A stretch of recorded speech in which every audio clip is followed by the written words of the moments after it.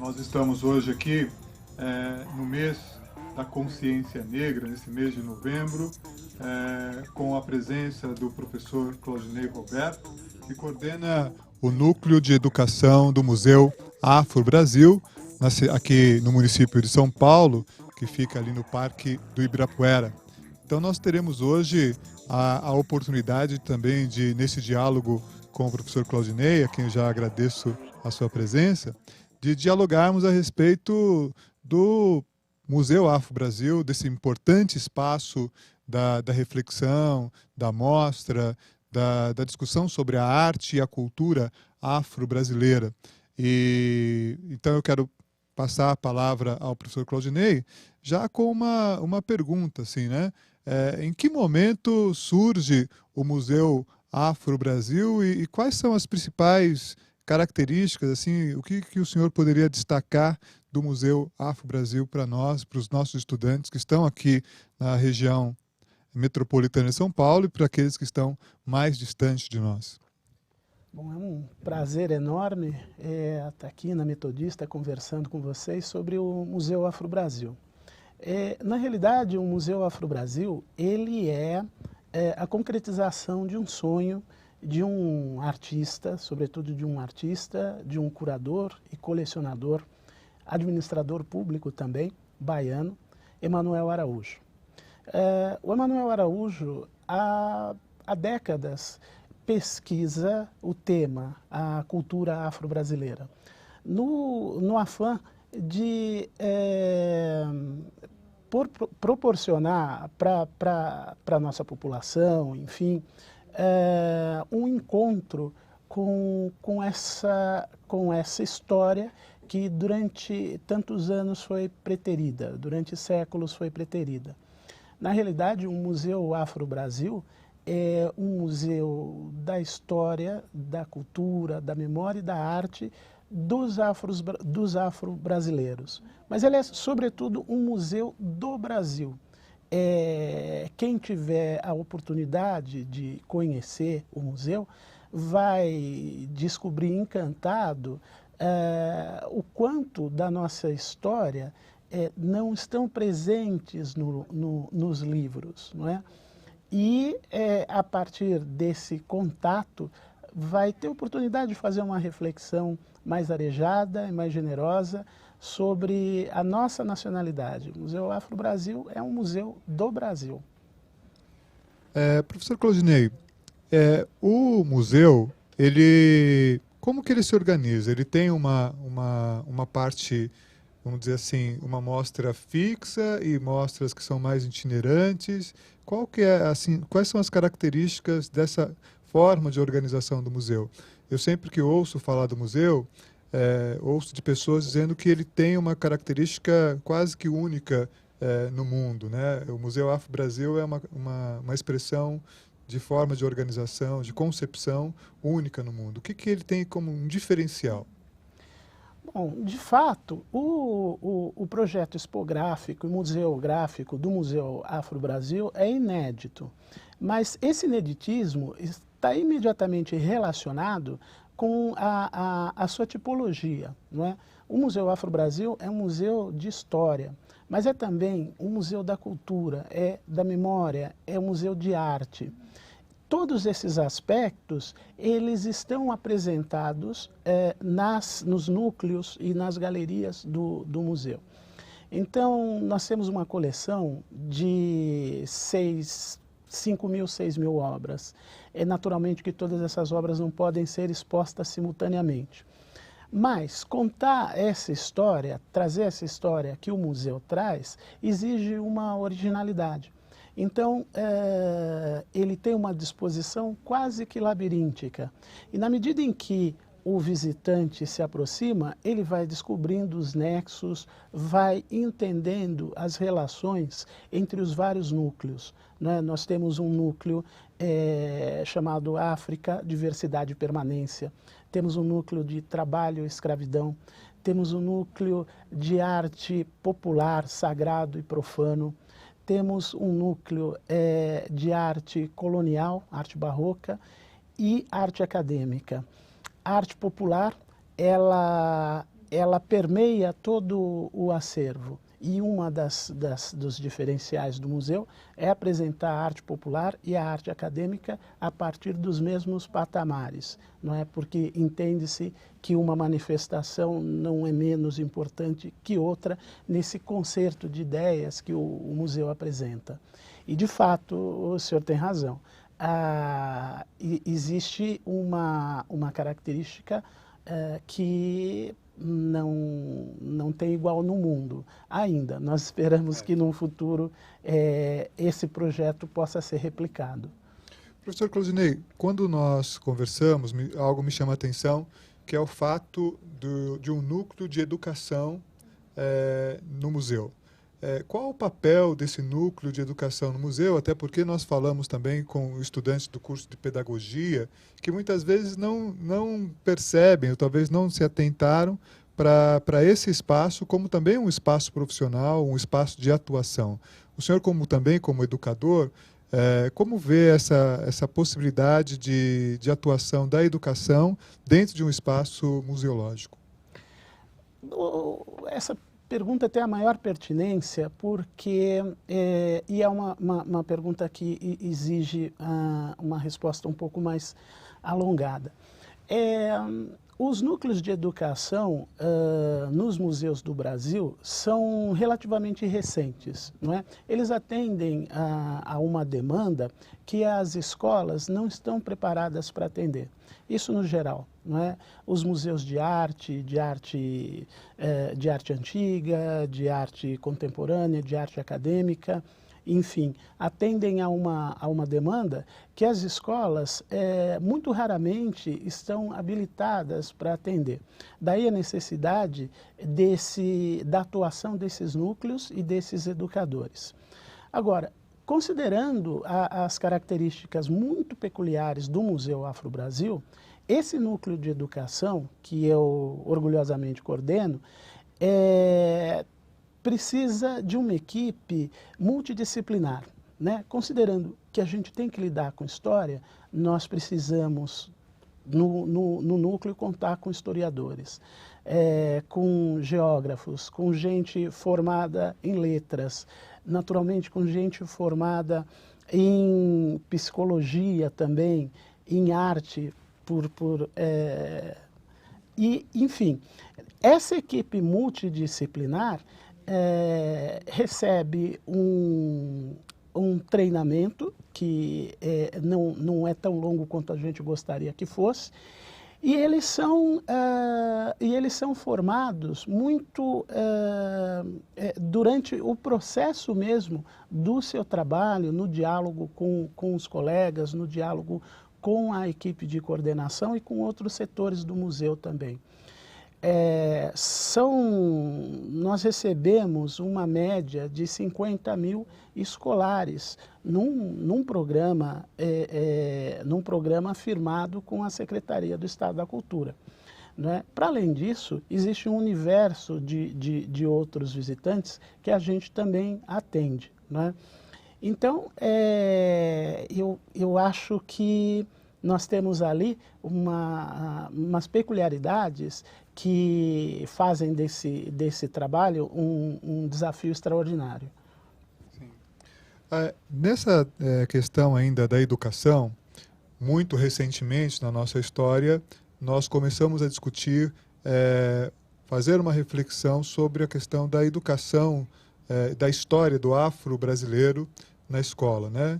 Revendo um pouco como que essa história foi contada ao longo de séculos, com a questão da lei que institui a história do afro-brasileiro e agora, mais recentemente, do indígena. O Museu Afro-Brasil, ele pode participar e de que modo que ele tem participado para atender também essa demanda que é hoje através da lei e que muito provavelmente as escolas e também universidades têm procurado atender à formação dos estudantes nesse sentido. Professor, a Lei 10.639, ela surge para reparar, de fato, uma falha, não é? Uma falha considerável, não é? nesse conjunto de matérias, não é, que são ministradas sobre a história do nosso país. E o Museu Afro-Brasil é hoje a instituição de ponta no sentido de oferecer para as escolas, para os pesquisadores, para os educadores do ensino não formal também, de nível superior ou não, enfim, fornecer subsídios para o desenvolvimento dessa matéria, não é? Porque uma diferença fundamental é a materialidade. A materialidade é o contato direto com as ferramentas que foram usadas por homens e mulheres durante séculos na construção do Brasil, não é? Simbólico disso é que no dia 20 de novembro nós devemos abrir uma exposição que eu imagino deve ter uma repercussão muito grande, que é a tecnologia no tempo da escravidão. É arte, design, tecnologia no tempo da escravidão.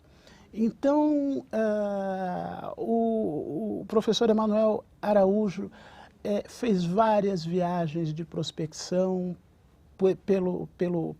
por todo o Brasil e há já alguns anos vem coletando material, ferramenta, moda, joalheria, arte, que a gente vai oferecer uma viagem no tempo fabulosa vai ser uma imersão num período da história do Brasil.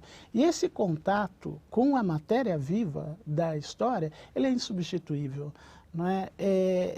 Não há, é como você vê uma pintura na tela de um computador e ir para uma galeria, para um museu e reparar que as cores são outras, completamente distintas. A gente não faz a ideia do quanto pese uma enxada até que você veja uma e aí você tem a dimensão do que foi o trabalho daqueles homens, mulheres e muito frequentemente crianças naquele período da história, não é? Então, eu tenho a impressão que um dos adventos mais importantes patrocinados pelo museu é esse contato com a materialidade da história, não é? E que é muito atual e que não tem a ver com o passado longínquo ou tão longínquo quanto a gente imagina. São duas questões que me chamam muito a atenção no museu, nas oportunidades que eu estive lá.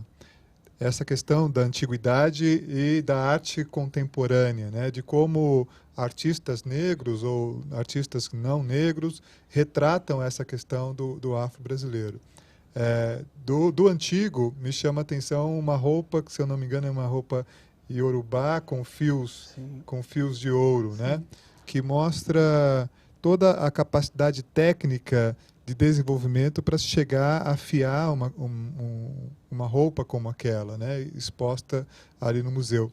Eu acredito que as pessoas, ao terem contato com uma obra de arte, que é essa roupa, né, cria-se algumas contradições, né, porque no senso comum não se imagina o negro trazido da África para cá como alguém com condições técnicas tão desenvolvidas para se fazer um tipo de algo como assim, né? Acho que muito provavelmente no museu vocês se deparam com pessoas assim também, né? Que tem esse choque. E ao mesmo tempo uma outra obra lá do museu com o coador de café, né?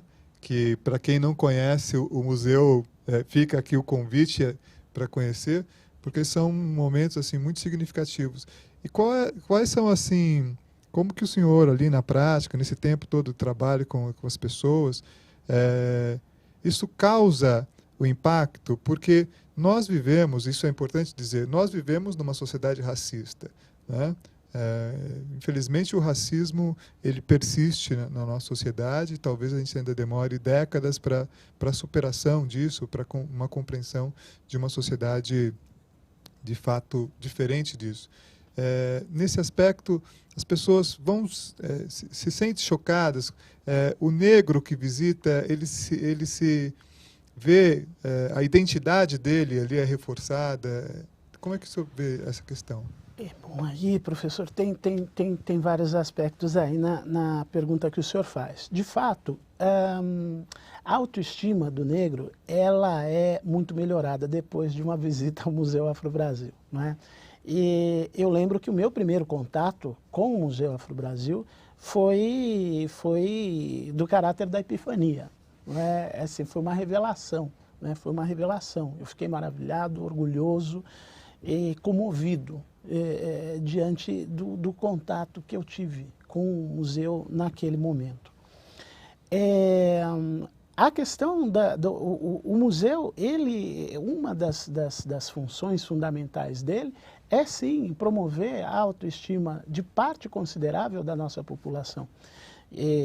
Quando nós falamos do negro, nós falamos de 50%, 60% da população entre negros e mestiços, não é? E que não se veem espelhados na história. Então, esse contato costuma ser muito comovente. Costuma ser muito comovente. Um dos aspectos fundamentais desse acervo é justamente desmistificar a ideia de que esse homem que foi escravizado, foi sequestrado e trazido para cá, era um homem rústico, era um homem sem conhecimento técnico, sem competência e sem habilidade, não é? Essa é uma pecha, digamos, racista, não é? E faz parte de um artifício racista desclassificar aquele elemento, aquele homem, aquela mulher, aquela criança negra. Hoje nós sabemos, os estudos todos que a gente tem, aliás, o Brasil é um dos países em que mais se estuda o fenômeno da escravidão, se não for o país que mais estuda hoje o fenômeno da escravidão. E hoje a gente sabe que muitos desses escravos, muitos desses homens e mulheres, eram escolhidos pela competência em lidar com algum aspecto do trabalho que eles iriam realizar aqui. Então nós temos os ferreiros, nós temos os agricultores, nós temos os tecelões. Eles não eram absolutamente escolhidos de maneira aleatória e trancafiados no navio, não é? Existia uma seleção a partir de habilidades, de competências, né, de domínio técnico, e esses, e alguns, a gente sabe, a história já nos trouxe, alguns eram letrados, né? A gente tem o caso dos malês, que eram muçulmanos, letrados, eram homens sábios, né? E, enfim, existe todo um aparato de sabedoria que aos poucos vai sendo revelado, não é? E explica, por exemplo, a produtividade desse escravo, que foi o escravo mais produtivo na história da escravidão, da diáspora de 9 milhões, um pouco mais de 9 milhões de africanos transplantados no tráfico atlântico, não é? Para o Brasil são 4 milhões e 300, 4 milhões e 800 mil. Não é? Estados Unidos 300 mil e no Caribe e América do Sul outro restante. E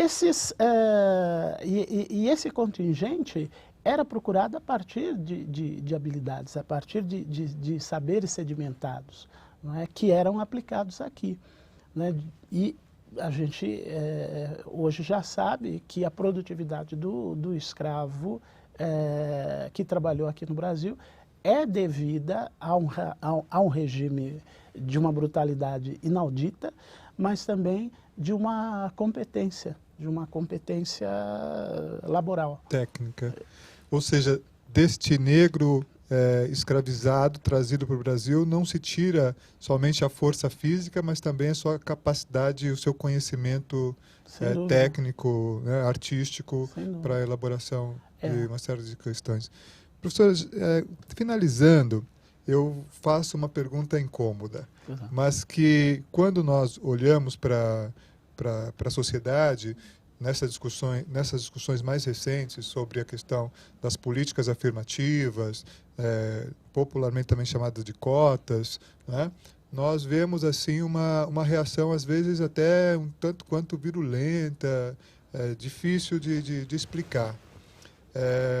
Quando nós pensamos o Museu Afro-Brasil, será que algumas pessoas não pensam assim, por que ter um Museu Afro-Brasil? Né? Por que não o Museu Brasileiro? Porque não somos um Museu Afro-Brasil não vem a reforçar mais ainda o racismo, como se falam em relação às cotas, por exemplo, né? Então, o que nós podemos dizer a respeito disto, né? Talvez até entrando nessa questão também das políticas afirmativas nesse momento. Professor, eu gosto da palavra reparação. Sim. Eu gosto da palavra reparação, eu gosto do termo política afirmativa também. Não é? A cota me parece algo pejorativo. Não é? Me parece uma concessão, quando na realidade o que a gente fala é de justiça. Não é? A história do Brasil, a gente não pode esquecer que os últimos escravos a serem libertados foram os brasileiros, em 1888.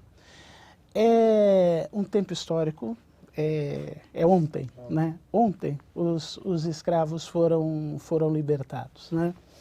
E, naturalmente, que eles foram libertados a partir de um processo lento de luta continuada desses mesmos homens escravizados. Isso não foi uma concessão da elite imperial, absolutamente, não é?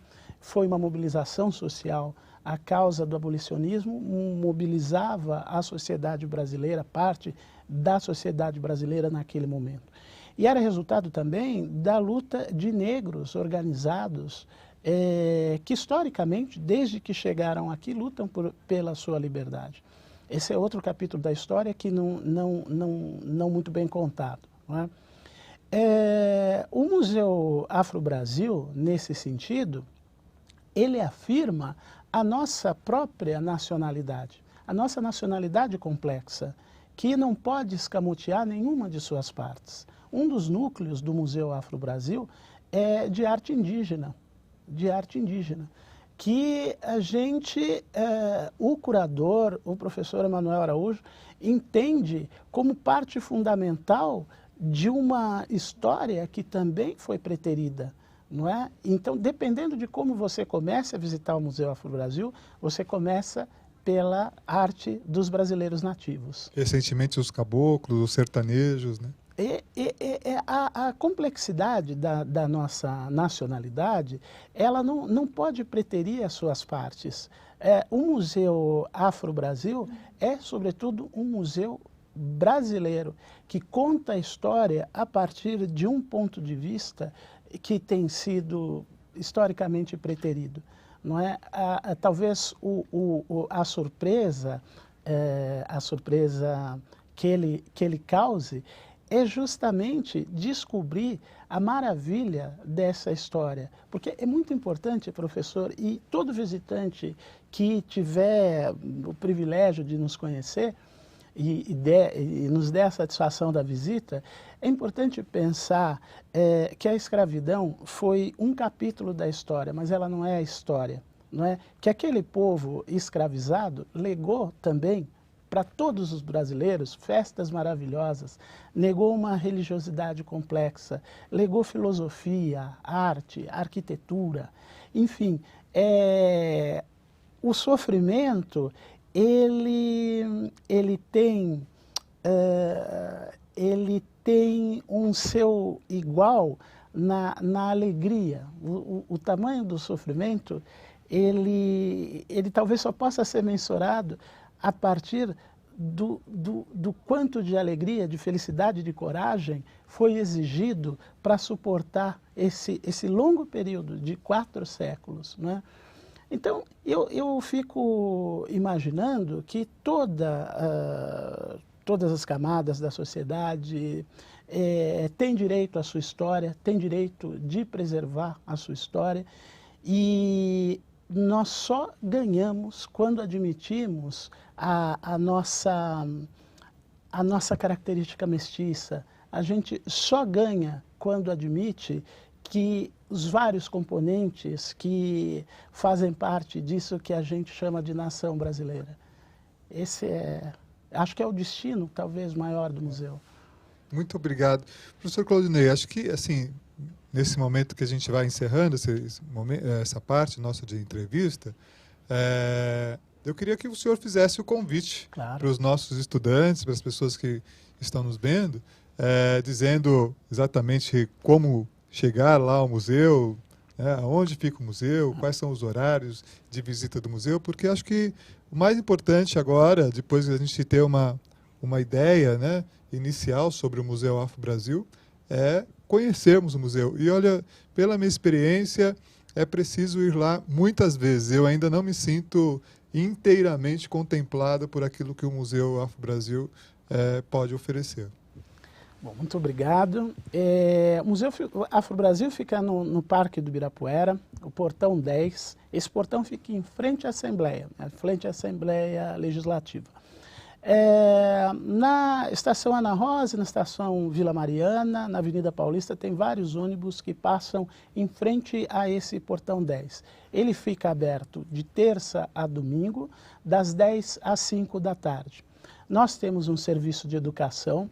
Eu peço paciência para aqueles que tentar acessar o serviço do Núcleo de Educação, que é muito solicitado e nem sempre pode atender a todas as solicitações, a todas as demandas. Mas, na medida do possível, a gente atende aos pesquisadores, aos professores, aos estudantes, a todo mundo que tiver vontade de se aproximar desse universo maravilhoso.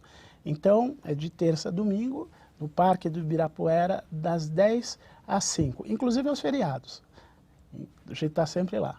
E às vezes tem algumas atividades também para educadores e palestras que são realizadas, basta acompanhar a programação. Museu, acompanhando a programação, a gente oferece com uma certa regularidade encontros com artistas.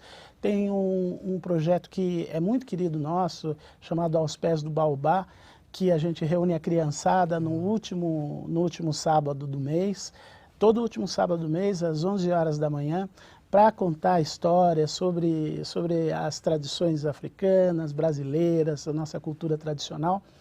E, enfim, tem uma programação extensa, um número grande de exposições sendo inauguradas, a partir do dia 9 agora, já até o dia 20 de novembro. Tá, ok. Professor Claudinei, muito obrigado pela sua participação.